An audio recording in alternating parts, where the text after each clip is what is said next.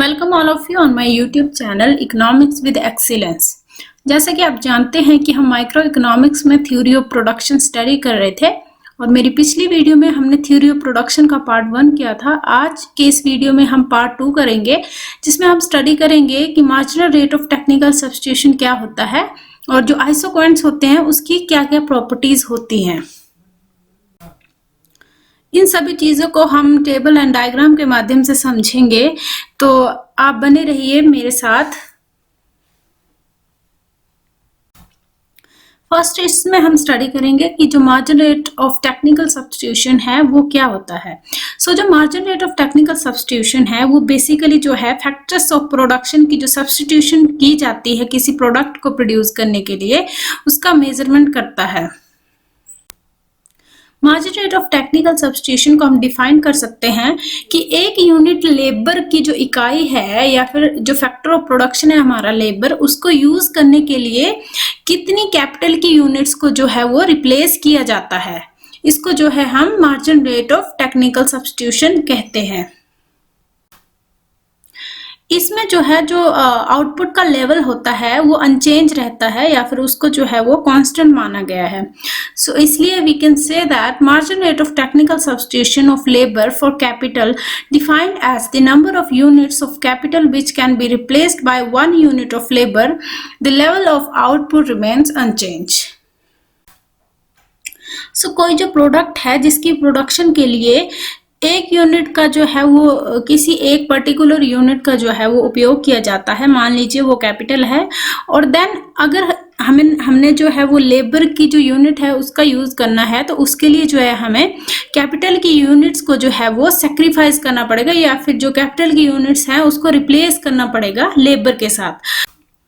इसलिए इसको जो है marginal rate of technical substitution कहा जाता है। एक जो फैक्टर ऑफ प्रोडक्शन है उसको जो है रिप्लेस किया जाता है ताकि हम दूसरे फैक्टर ऑफ प्रोडक्शन की जो यूनिट है उसका यूज किसी प्रोडक्ट को प्रोड्यूस करने के लिए कर सकें। इसको जो है वो सब्स्टिट्यूशन कहते हैं फैक्टर्स ऑफ प्रोडक्शन का। इसी चीज को जो है हम फर्दर टेबल एंड डायग्राम के माध्यम से समझने की कोशिश करेंगे ताकि ये जो है हमें अच्छे तरीके से अंडरस्टैंड हो जाए। इस टेबल में जो फैक्टर कॉम्बिनेशंस हैं वो A, B, C, D और E हैं। इसके बाद जो है वो यूनिट ऑफ लेबर ली गई है, देन यूनिट ऑफ कैपिटल ली गई है, देन इसका जो है वो marginal rate of technical substitution calculate किया गया है लेबर एंड कैपिटल का। ये जो फैक्टर कॉम्बिनेशन है इसमें अगर हम A से B पर जाएं तो इसमें हम देखेंगे कि लेबर की एक यूनिट को यूज करने के लिए हमने कैपिटल की जो है वो 4 यूनिट्स का जो है वो सेक्रीफाइस किया है। 4 इन द सेंस अगर हम A से B पर जाएं तो पहले जो है जो कैपिटल की यूनिट्स है वो 12 थी और जब हम B पर गए तो लेबर की जो एक यूनिट है उसको यूज करने के लिए जो है यहाँ पर कैपिटल की जो है वो 4 यूनिट्स को जो है वो सेक्रीफाइस किया गया है एंड देन उसके बाद जो कैपिटल की यूनिट है वो 8 है। तो ये जो 8 और 12 का डिफरेंस होगा ये जो है वो सेक्रीफाइस होगा। इसीलिए जो इसका marginal rate of technical substitution आएगा वो 4 होगा, जो कि लेबर एंड कैपिटल का सब्स्टिट्यूशन है। नेक्स्ट अगर हम B से C पर स्विच करते हैं फैक्टर कॉम्बिनेशंस को, तो इसमें हमें लेबर की जो अतिरिक्त इकाइयां हैं उसको जो है वो प्रोडक्शन प्रोसेस में यूज करने के लिए कैपिटल की जो है वो 3 यूनिट्स को जो है वो रिप्लेस करना पड़ेगा। इसलिए जो इसका marginal rate of technical substitution आएगा वो 3 होगा। 3 जो है 8 एंड 5 का डिफरेंस है। इसी तरह से फर्दर जैसे जैसे हम फैक्टर कॉम्बिनेशन को जो है वो स्विच करते जाएंगे, तो अगर हम C से जो है वो D पर आएंगे तो इस पर marginal rate of technical substitution जो है हमारे पास वो 2 आएगा, और देन अगर इसके बाद हम D से E पर जाएंगे तो हमारे पास जो marginal rate of technical substitution है वो इज इक्वल टू 1 होगा। इस टेबल को अब हम डायग्राम के माध्यम से समझेंगे और इसमें देखेंगे कि आइसोक्वेंट्स जो होते हैं उन पर जो है marginal rate of technical substitution की स्थिति कहाँ पर उत्पन्न होती है। मैंने आपको अपनी पिछली वीडियो में जो आइसोक्वेंट की स्लोप है उसको समझाया था, जो कि थी हमारे पास change in capital divided by change in labour. ये जो थी वो आइसोक्वेंट की स्लोप थी और इसी को अब हम आगे समझेंगे। जो आइसोक्वांट की स्लोप थी हमारे पास वही जो है आगे marginal rate of technical substitution of labour and capital की स्लोप होगी और ये जो है वो इक्वल होगी change in capital divided by change in labour.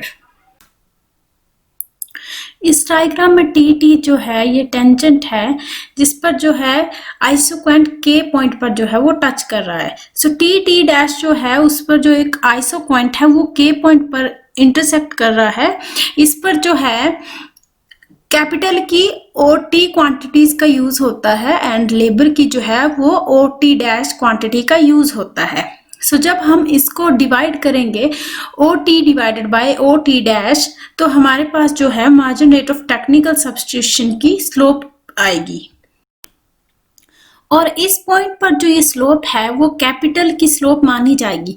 सो ये जो है margin rate of technical substitution of capital की स्लोप है जो कि आइसोक्वांट के पर जो है वो इंटरसेक्ट हो रही है। सो नेक्स्ट इसका पॉइंट है कि लेबर की जो margin rate of technical substitution है वो एल पॉइंट पर आइसोक्वांट को जो है वो इंटरसेक्ट कर रही है।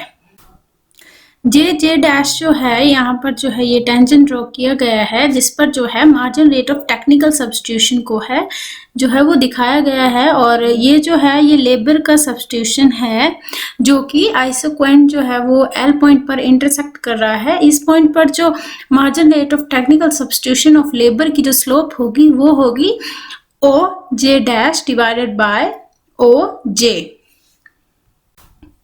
सो यही जो है वो हमारा margin rate of technical substitution का जो बेसिक कॉन्सेप्ट है। तो आगे हम इसको फॉर्मूला के माध्यम से समझेंगे। जैसा कि मैंने आपको बताया कि जो margin rate of technical substitution होता है फैक्टर्स का वो जो है उन फैक्टर्स ऑफ प्रोडक्शन के बीच का जो है वो चेंज होता है।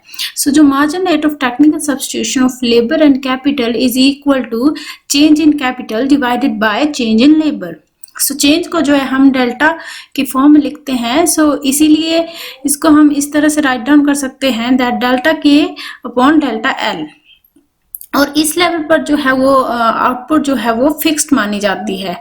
सो यही जो है इसको जो है वो आइसोक्वांट्स का जो है वो स्लोप भी माना जाता है। सो मैंने ये सारी चीजें जो है आपको पहले बता चुकी हूँ मैं इसको, तो आप मेरी प्रीवियस वीडियोस में जाकर इसको अंडरस्टैंड कर सकते हैं।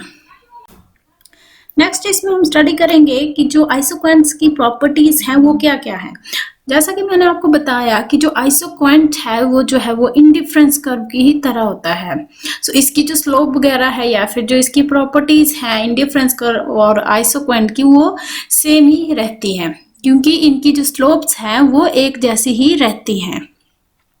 तो फर्स्ट इसकी जो प्रॉपर्टी है isoquant like indifference curve slope downwards from left to right.